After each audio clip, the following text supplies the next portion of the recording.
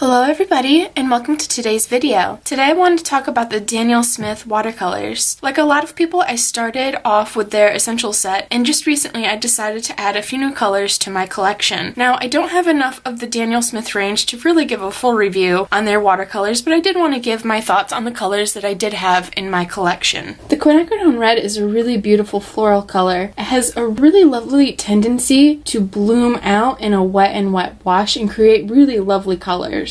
The Pyrrole Scarlet is almost like fire engine red in its mass tone, but you can get some kind of reddish orange, almost vermilion qualities out of it in a more diluted mix, and almost like a pale peachy color when it's really watered down. The New Gamboge is a really golden yellow color, and it's actually quite lovely. It's one of my favorites. It's actually one of the colors that once I tried it in this brand, I did decide to buy and try in a couple other brands, as I appreciated the qualities of it from its mass tone all the way to its lightest value. The Hansa yellow I did think was kind of pretty. To me it does seem kind of like a lemon yellow that you'll find in other brands, and it's just really a nice cool yellow. I don't have much to say about it. Now, Indian yellow is one of the colors that I picked up on my own, and it's really quite a pretty golden color. I wanted something that went a little bit in between the New Gamboge and the Hansa yellow, as I just tend to prefer more golden yellows for mixing, and I appreciate that even with two pigments, like everything else here, it tends to be really translucent and a nice mixing color. The Nickel Azo yellow I absolutely love. It has an ever so slight granulation to it, but it's almost unnoticeable from a distance. But it is one of those colors that can show a little bit of that pigment separation when mixed with another color. It'll probably be really nice for something that has more texture like sand, but I just love the golden color of it. I love that in its mass tone,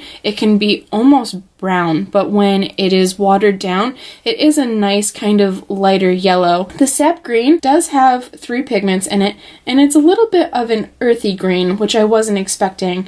For some reason I thought it would be a little bit brighter, but I do think it's a really beautiful color. To me, this feels almost a little bit more mossy, and even with 3 pigments, I find that it didn't muddy in many of my mixes. The deep sap green has to be one of my favorites. I bought this because it had such a deep, dark mass tone. It is such a gorgeous color, and I loved it for a mixing color as well. I have mixed this color with almost everything on this palette, and there really is not a bad combination. I really love it. It's probably a color that I will buy again and again. Right now, it is my absolute favorite dark green that I have. The French Ultramarine, I was actually pleasantly surprised with. I'd heard so much about this color being super granulating, and I found it to not be as granulating as I had expected it to be when I had tried it. And for me, that is a plus. The phthalo blue is really beautiful, and it reminds me a little bit of the peacock blue from Mission Gold. It's something that I like to use in seascape, just sketchbook doodles that I've done, and it's just proven to be a really beautiful mixing color. When neutralizing it, I tend to use the permanent brown,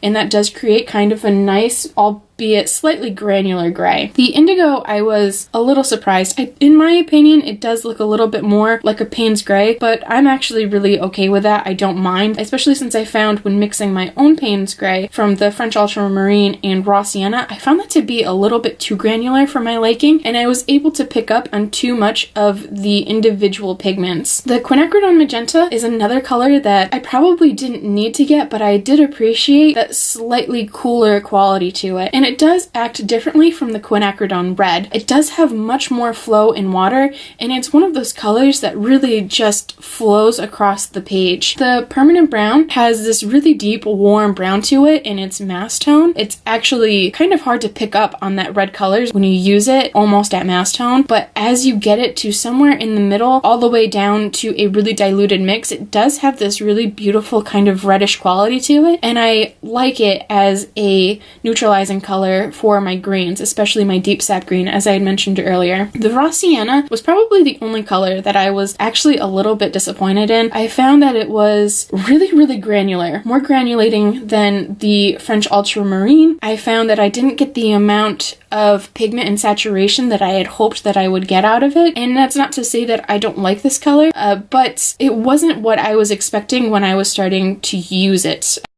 The buff titanium, I kind of think that I may have gotten a tube that was either old or just had too much separation in it. When I first squeezed it out onto my palette, it was very dark and not that light kind of creamy color that you see now. I did have to work my way a little bit through the tube. I got it as a mixing color to create those really nice light dusty rose-esque colors and really muted pastels, and for that it's really beautiful, but I'm finding that it's really inconsistent. I'm hoping that at this point I have worked my way far enough through the tube where the color that you see in my palette now is the color that I will continue to get all the way through because this is my favorite version of it, but it does dry quite granular, so if you are using it for those mixing colors, for those kind of dusty colors, just keep in mind that you will see that buff titanium pigment showing through, and just be aware that there might be some variation throughout the tube if mine is any indication.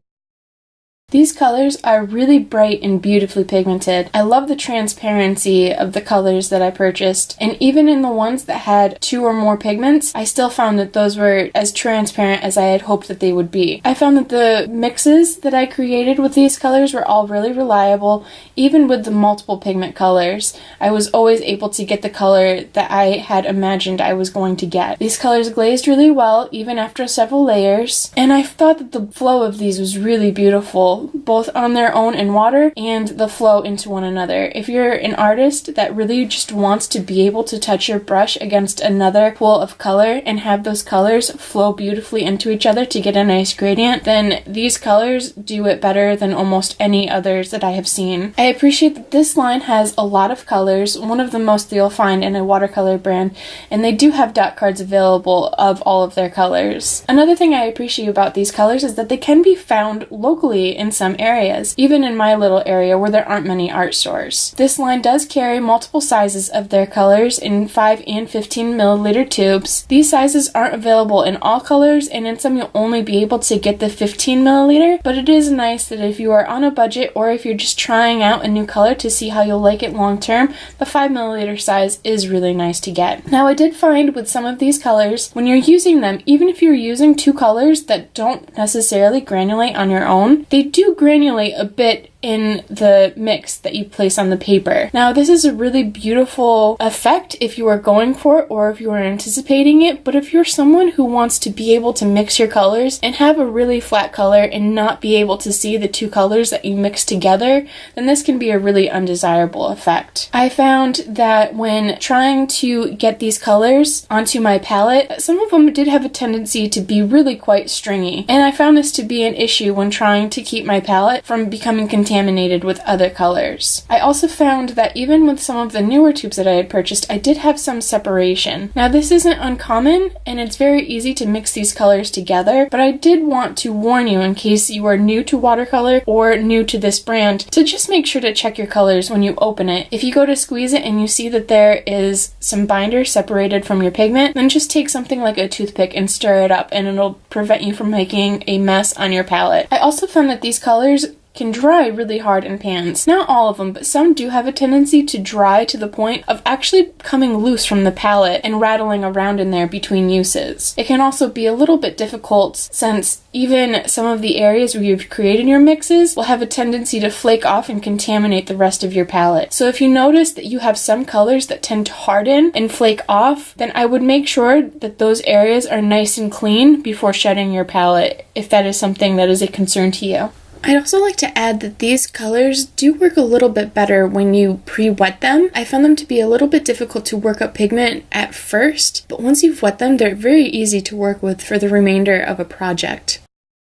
For this painting, I am working on this little olive branch. This project is kind of small just because I had already done so many paintings with these. I just thought I would do something kind of little and fun, and I wanted to use a couple different colors. But I am doing this little olive branch. The leaves and the stems, I used primarily the sap green. I used deep sap green, and a lot of it I also used indigo as well as permanent brown, and I used some sap green mixed with some nickel azo yellow just because I love that color. I think that the nickel azo yellow did add a nice glow to some of the leaves, and as well as one of the olives. Deep sap green worked really nice for deepening up some of those leaves, but I did also add some indigo to it. Another color that I liked to add to these leaves was the permanent brown and a little bit of the quinacridone magenta. They're a really nice kind of neutralizing color, but they also bring out some of that vibrancy in the green. If you aren't going so far as to neutralize the colors, it really does bring out a really nice depth in those greens. And I think that's all that I have for today. I hope you enjoy the remainder of this painting, and I hope you enjoyed this review. If you have any questions or comments or anything that you would like to share on this paint, feel free to leave it down below, and I will talk to you all next time. Bye!